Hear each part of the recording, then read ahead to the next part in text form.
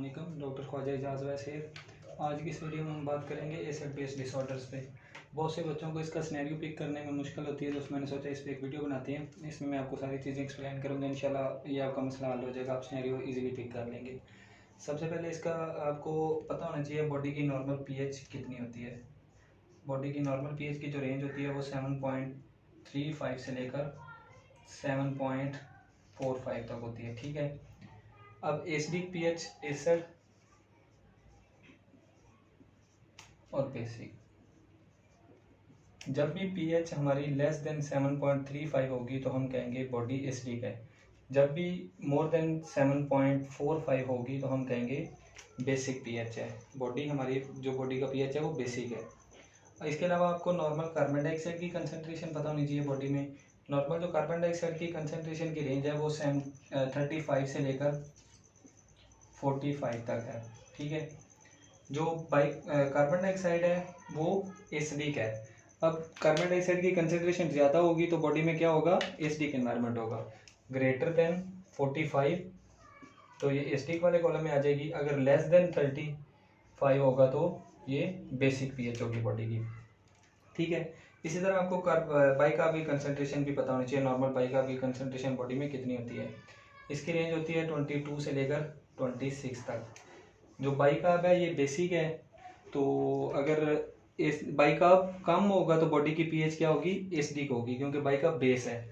तो less than 22 ये acidic होगा, और अगर ग्रेटर देन 26 तो ये बेसिक होगा। तो ये आपको ये चीज़ फुल टाइम याद होनी चाहिए, क्योंकि ये बेसिक है। यहाँ से स्टार्ट होगा, फिर आप सिनेरियो इजीली पिक कर लेंगे। पीएच 7.35 से 7.45, अगर 7.35 से कम होगी तो एसिडिक, अगर ग्रेटर देन 7.45 होगी तो बेसिक। कार्बन डाइऑक्साइड की नॉर्मल कंसंट्रेशन 35 से 45, अगर ग्रेटर देन 45 होगा तो एसिडिक, लेस देन 35 होगा तो बेसिक। बाइकार्ब की नॉर्मल कंसंट्रेशन 22 से 26, less than 22 acidic, greater than 26 basic. ये आपको सबसे पहले ये चीज़ याद होनी चाहिए। ये याद होगी तो आपने सिनेरियो इसको आप इसको याद कर लें। अब मैं आपको बताता हूँ आपने सिनेरियो कैसे पिक करना है।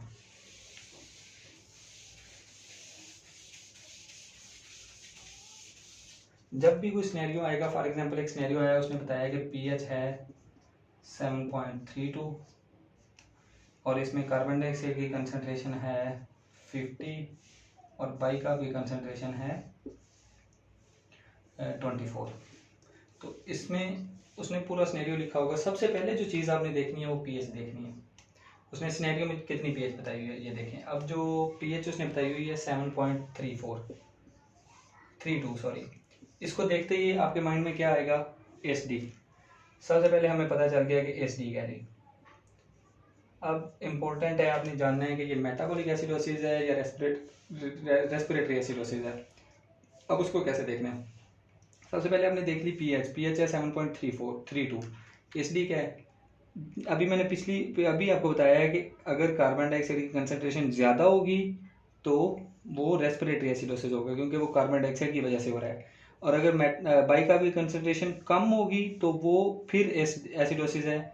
अब हमने देखना है कि कार्बन डाइऑक्साइड की सिनेरियो में उसने कंसंट्रेशन ज़्यादा बताई हुई है या कम बताई हुई है, और बाइकार्ब की कंसंट्रेशन ज़्यादा बताई हुई है या कम बताई हुई है। और आपको ऑलरेडी बताया है कि अगर कार्बन डाइऑक्साइड की कंसंट्रेशन ज़्यादा बताई होगी तो वो रेस्पिरेटरी इशू की वजह से एसिडोसिस है, या बाइकार्ब की कंसंट्रेशन कम होगी तो वो मेटाबॉलिक मतलब रीनल इश्यूज़ की वजह से एसिडोसिस है।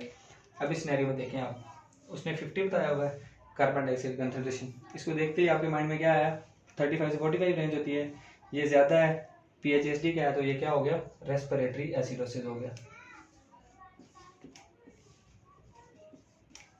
ठीक है। इसमें बाइकार्ब की कंसंट्रेशन जो है नॉर्मल है। नॉर्मली जब एसिडोसिस होता है उसकी कंपनसेशन में, रेस्पिरेटरी एसिडोसिस होता है, कंपनसेशन में बाइकार्ब की कंसंट्रेशन क्या होगी, ज़्यादा होगी, क्योंकि बॉडी में एसिड है, रीनल उसको सिस्टम उसको कंपनसेट करेगा और बाइकार्ब की कंसंट्रेशन को बढ़ाएगा। पर इसमें अभी नॉर्मल कंसंट्रेशन है, तो इसको हम ये भी कह सकते हैं अनकम्पनसेटेड रेस्पिरेटरी एसिडोसिस, क्योंकि कंपनसेशन नहीं हुई हुई। अगर इसकी कंपनसेशन होती तो उसमें क्या होता, ये जो 32 है ये 32 नहीं होती, ये थोड़ा सा और ज़्यादा हो जाता, ये हो जाता 37 या इस रेंज में हो जाता। और ये जो बाइकार्ब है इसको इसकी 28, 29 मतलब ये बढ़ता और पीएच को नॉर्मल करने की कोशिश करता। इसका मकसद ये होता है। ठीक है, उम्मीद है इस बात की आपको समझ आ गई होगी। अब अगला मैं आपको एक और एग्जांपल के साथ समझाता हूँ।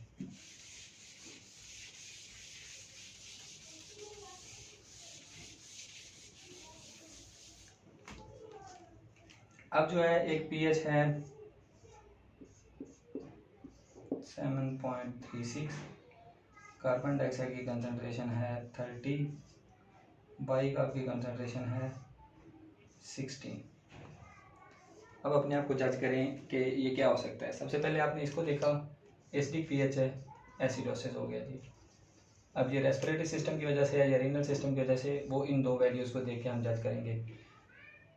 आप देखें कार्बन डाइऑक्साइड की कंसंट्रेशन कम है, कार्बन डाइऑक्साइड की कंसंट्रेशन 35 से 45 होती है, ये 30 है। कम होने की वजह से एसिडोसिस नहीं होता, कार्बन डाइऑक्साइड कंसंट्रेशन कम होने की वजह से अल्कलोसिस होता है। तो ये इस वजह से एसिडोसिस नहीं हुआ होगा जो बॉडी में आपको पता चल गया।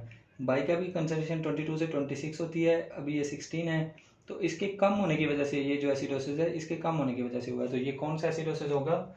ये होगा मेटाबॉलिक एसिडोसिस।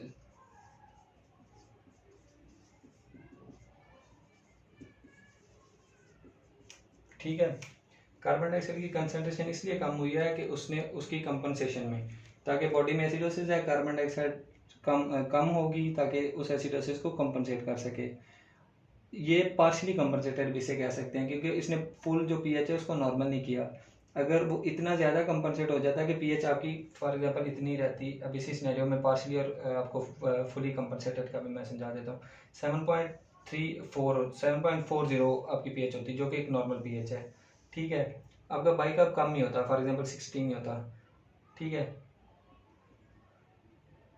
और आपकी जो कार्बन डाइऑक्साइड की कंसंट्रेशन है वो फॉर एग्जांपल 25 है। देखें अब इस सिनेरियो आपने कैसे कहना कि ये फुली कंपनसेटेड मेटाबॉलिक एसिडोसिस है। ठीक है, आपने पीएच 7.40 देखी। ठीक है, पीएच नॉर्मल है, आपने देखा कि एसिडोसिस अल्कलोसिस नहीं है। ठीक है, इसका आपको कैसे पता चलेगा? एक दफ़ा इसको आप मिटा देंगे, आप ये एसिडोसिस नहीं है क्योंकि नॉर्मल पीएच है आपके पास आई है। आपने देखा बाइकार्ब कम है, बाइकार्ब कम होने की वजह से क्या होता है? एसिडोसिस होता है। पर बॉडी में एसिडोसिस नहीं है। क्यों नहीं है? क्योंकि इस एसिडोसिस को कंपनसेट करने के लिए जो हमारा एसिडिक है बॉडी का आयन, जो कार्बन डाइऑक्साइड है जिसकी नॉर्मल वैल्यू 35 से 45 है, वो इतना कम हो चुका है कि ये जो बाइकार्ब के कम होने की वजह से एसिडोसिस होनी है उसको इसने कंपनसेट कर लिया है। तो है ये fully compensated metabolic acidosis. Metabolic respiratory आपको कैसे पता चला कि बाइकार्ब कम है? तो बाइकार्ब कम होने की वजह से एसिडोसिस होता है, जो कि मेटाबॉलिक एसिडोसिस होता है, उसको कंपनसेट किया कार्बन डाइऑक्साइड ने कम होकर। अगर ये रेस्पिरेटरी इसी तरह से इसको फुली कंपनसेटेड रेस्पिरेटरी भी हो सकता है। वो कैसे? अगर फॉर एग्जांपल पीएच नॉर्मल है, आपकी कार्बन डाइऑक्साइड ज़्यादा होने की वजह से रेस्पिरेटरी एसिडोसिस होता है। तो अगर आपकी कार्बन डाइऑक्साइड कंसंट्रेशन है 60, ठीक है, आपने देखा कि पीएच नॉर्मल है, कार्बन डाइऑक्साइड की कंसंट्रेशन 60 है, तो ये एसिडोसिस होना चाहिए क्योंकि कार्बन डाइऑक्साइड ज़्यादा है। पर उसको कंपनसेट करने के लिए बाइकार्ब भी बढ़ जाएगा, बाइकार्ब 35 आ गया। तो इसने, ये मैं आपको सपोज्ड वैल्यू बता रहा हूँ।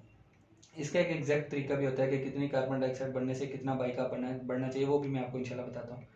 ठीक है, अब देखो 35 इसने बढ़कर, इसकी वजह से जो एसिडोसिस होना था बाइकार्ब ने बढ़कर उसको कंपनसेट कर दिया। ये इस केस में, इन वैल्यूज की केस में ये होगा फुली कंपनसेटेड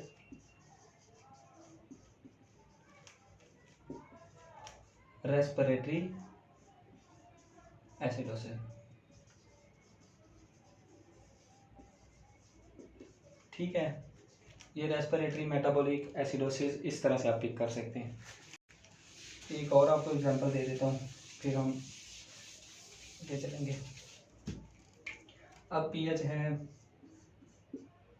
7.50। ठीक है, carbon dioxide concentration, bicarb concentration, try करें इसी रेंज में देखें। सबसे पहले पीएच को देखें, फिर कार्बन डाइऑक्साइड की कंसंट्रेशन को देखें, बाइकार्ब को फिर देखें, या इन दोनों में से जिसको पहले देख लें। कोई पीएच सबसे पहले देखनी होती है। आपने पीएच देखेंगे 7.50, क्या है ये पीएच? बेसिक। तो बॉडी में अल्कलोसिस है। अब आपने देखना है कि अल्कलोसिस रेस्पिरेटरी काज की वजह से है या मेटाबॉलिक काज की वजह से है। तो उसको आप कैसे देखेंगे? कार्बन डाइऑक्साइड की कंसनट्रेशन है बॉडी में,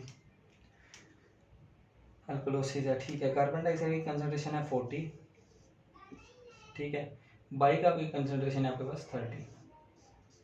देखो अब अल्कोलोसिस है, अल्कोलोसिस का कब होता है बॉडी में, मैंने फर्स्ट पे आपको बताया था, जब कार्बन डाइऑक्साइड की कंसनट्रेशन कम हो या बाइकार्ब की कंसनट्रेशन ज़्यादा हो। अब कार्बन डाइऑक्साइड की कंसनट्रेशन तो नॉर्मल है, 35 से 45 रेंज होती है इसकी, पर बाइकार्ब की कंसनट्रेशन ज़्यादा है, तो ये क्या होगा, मेटाबॉलिक अल्कोलोसिस।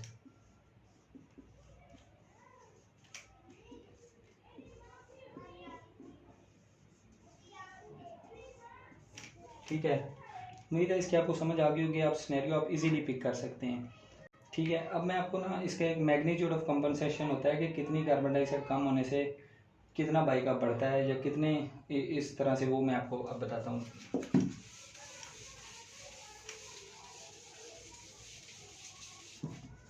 सबसे पहले मेटाबॉलिक एसिडोसिस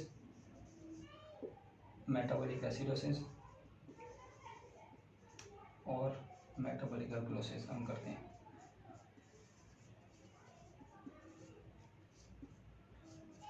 देखिए मेटाबॉलिक एसिडोसिस में क्या होता है, मेटाबॉलिक एसिडोसिस है मेटाबॉलिक काज की वजह से, तो ये बाइकार्ब के कम होने की वजह से होगी, ठीक है।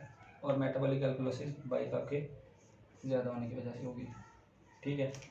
अब मेटाबॉलिक एसिडोसिस बाइकार्ब कम हुआ, इसमें कार्बन डाइऑक्साइड की कंसनट्रेशन को क्या होगा, वो भी कम होगी, क्योंकि एसिडोसिस है वो एक एसिडिक आइन है, तो वो कम होकर इस एसिडोसिस को कंपनसेट करेगा।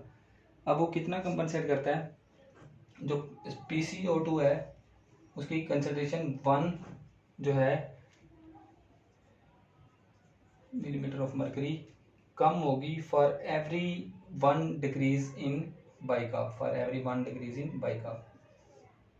SCO3 1 डिक्रीज इन बाइकार्ब, ठीक है। ये सिंपल है मेटाबॉलिक एसिडोसिस और मेटाबॉलिक अल्कोलोसिस। बस आपको समझने की ये ज़रूरत है कि बाइकार्ब कम है तो एसिडोसिस इस वजह से हुआ है, तो कार्बन डाइऑक्साइड भी कम होगा, तो कार्बन डाइऑक्साइड की कंसनट्रेशन एक कम होगी हर एक बाइकार्ब कम होने की वजह से। अब अल्कोलोसिस में क्या होगा, मेटाबॉलिक अल्कोलोसिस में बाइकार्ब ज़्यादा है, तो अल्कोलोसिस है हमारा जो एसिडिक आइन है वो भी ज़्यादा होने की कोशिश करेगा इसको कंपनसेट करने के लिए, तो जो कार्बन डाइऑक्साइड है वो बढ़ेगा, एक CO2 एक बढ़ेगा for every 1 rise in bicarb.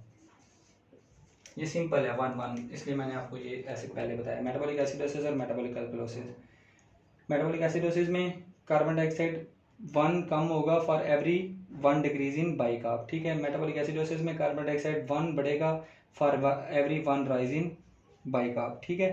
ये हो गया। अब हम बात करते हैं रेस्पिरेटरी एसिडोसिस और रेस्पिरेटरी अल्कोलोसिस की। वो थोड़ा सा ट्रिकी है, क्योंकि जो होता है ना रेस्पिरेटरी सिस्टम वो जल्दी कंपनसेट करता है।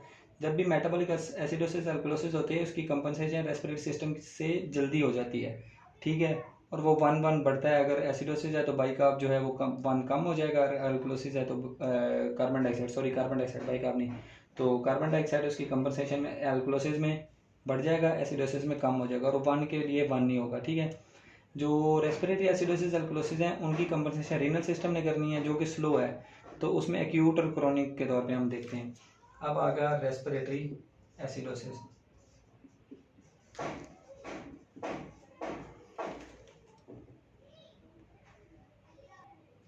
रेस्पिरेटरी एसिडोसिस इसको हम देखेंगे एक्यूट है या क्रोनिक है। एक्यूट कब हो सकता है रेस्पिरेटरी एसिडोसिस, जब भी कोई रेस्पिरेटरी ऑब्स्ट्रक्शन वगैरह या ऐसे, और क्रोनिक मतलब कोई COPD पेशेंट है या पुराना पेशेंट है जिसको रहते ही एसिडोसिस है, ठीक है। अब रेस्पिरेटरी एसिडोसिस है, रेस्पिरेटरी एसिडोसिस में कार्बन डाइऑक्साइड ज़्यादा है, तो अब देखो एक्यूट फेज में हर 10 कार्बन डाइऑक्साइड के बढ़ने से जो बाइकार्ब है वो 1 बढ़ेगा, ठीक है। क्रोनिक में हर 10 कार्बन डाइऑक्साइड के बढ़ने से जो बाइकार्ब है वो 4 बढ़ेगा, ठीक है। ये एक्यूट और क्रोनिक, क्योंकि किडनी स्लो कंपनसेट करती है, तो जब एक्यूट होता है तो उसमें सिर्फ 1 हर 10 कार्बन डाइऑक्साइड के बढ़ने से बढ़ता है, क्रोनिक में हर 10 के बढ़ने से 4 जो है वो बाइकार्ब बढ़ जाता है। इसको आपने ऐसे याद रखना है 1 4, ठीक है। अब इसी तरह जब रेस्पिरेटरी अल्कलोसिस होगा, रेस्पिरेटरी अल्कलोसिस, रेस्पिरेटरी अल्कलोसिस में क्या होता है, बाई का जो कार्बन डाइऑक्साइड है कम होती है। इसको भी एज आपने एक्यूट और क्रोनिक लेना है। तो जब एक्यूट होगा तो हर 10 कार्बन डाइऑक्साइड के कम होने की वजह से, क्योंकि अभी अल्कलोसिस है तो कार्बन डाइऑक्साइड कम है, कार्बन डाइऑक्साइड के कम होने की वजह से जो बाई कार्ब है वो 2 कम हो जाएगा, 2 वैल्यू, ठीक है, 2 मिलीमोल, ठीक है, पर लीटर जो है वो कम हो जाएगा। अगर क्रोनिक है 10 कार्बन डाइऑक्साइड कम होने से जो कंपनसेशन में बाई कार्ब है वो 5 मिलीमोल कम हो जाएगा। बस आपने इसको इसी तरह से याद रख लेना है कि इसका कितना मैग्नीट्यूड ऑफ कंपनसेशन होता है। अब इन वैल्यूज का क्या मतलब है, फॉर एग्जांपल एक पेशेंट आया है, उसकी पीएच है 7.5, अल्कलोसिस हो गया। अब ये रेस्पिरेटरी काज की वजह से फॉर एग्जांपल, तो उसमें जो बाई कार्ब है कार्बन डाइऑक्साइड है वो आपका 25, नॉर्मल वैल्यू क्या है हमारे पास 35 से 45, ये 10 कम हुआ है 35 से लोअर अपनी रेंज से, तो 10 के कम होने से हमारे पास अल्कलोसिस हुआ है। इसको कार्बन डाइऑक्साइड जो बाई कार्ब है, अगर ये एक्यूट है तो इसकी कंपनसेशन में बाई कार्ब को क्या होगा, एक्यूट है तो बाई कार्ब 2 जो है वो कम हो जाएगा। बाई कार्ब की नॉर्मल वैल्यू 22 से 26, तो बाई कार्ब की इसमें वैल्यू आनी चाहिए 20 अगर एक्यूट है। अगर ये क्रोनिक है तो वो 5 से कंपनसेट करता है, तो वो वैल्यू हमारे पास होनी चाहिए 17। ये मैग्नीट्यूड ऑफ कंपनसेशन से ये मतलब है, अगर वो इतना कम हो जाए तो ये हमारी जो है ये पीएच को नॉर्मल कर देगा, 7.45 हो जाएगी, ठीक है। उम्मीद है इस बात की आपको समझ आ गई होगी कि कंपनसेशन से क्या मतलब है और कितने मैग्नीट्यूड ऑफ कंपनसेशन होती है, कितने दूसरे आयनिक के डिस्टर्ब होने की वजह से। अब इसकी बस 2 मिनट की क्विक रिवीजन करेंगे ताकि आपका सारा रिवाइज हो जाए। Metabolic acidosis, metabolic alkalosis, respiratory acidosis, respiratory alkalosis. By carb की कंसंट्रेशन, कार्बन डाइऑक्साइड की कंसंट्रेशन कितनी होगी इसमें, देखें। मेटाबॉलिक एसिडोसिस किस वजह से हो रहा है, पीएच को क्या हो रहा है, पीएच के खाना बना लेते हैं, पीएच को क्या हो रहा है, एसिडोसिस, पीएच कम, कितनी कम, 7.35 से कम, ठीक है। अब मेटाबॉलिक है तो बाई कार्ब के कम होने की वजह से होगा, बाई कार्ब लेस देन 22 हो जाएगा इसमें, ठीक है। और कार्बन डाइऑक्साइड को क्या होगा, एसिडोसिस है, कार्बन डाइऑक्साइड लेस देन 35 इसकी कंपनसेशन में होगा, ठीक है। दूसरा मेटाबॉलिक अल्कलोसिस में पीएच ज़्यादा, ग्रेटर देन 7.45, और उसकी कंपनसेशन में वो मेटाबॉलिक अल्कलोसिस है तो वो बाई कार्ब के ज़्यादा होने की वजह से होगा, बाई कार्ब ग्रेटर देन 26। उसकी कंपनसेशन में जो हमारी कार्बन डाइऑक्साइड है वो भी ज़्यादा होने की कोशिश करेगा, ग्रेटर देन 45 सॉरी। अगर रेस्पिरेटरी एसिडोसिस है, एसिडोसिस में pH less than 7.35,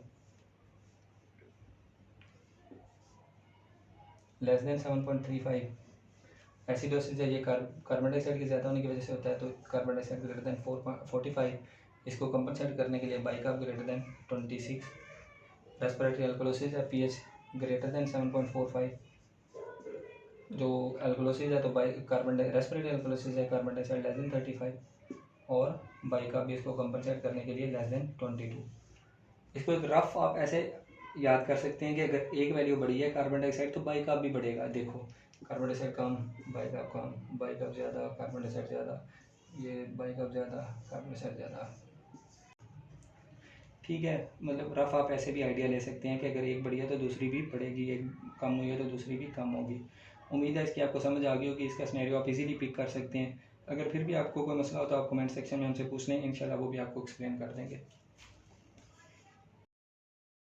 If you want to purchase Dr. Kawaja publications, review of ENT by Dr. Kawaja Ages and review of Robin Morphologies by Dr. Kawaja Ages, contact on these numbers.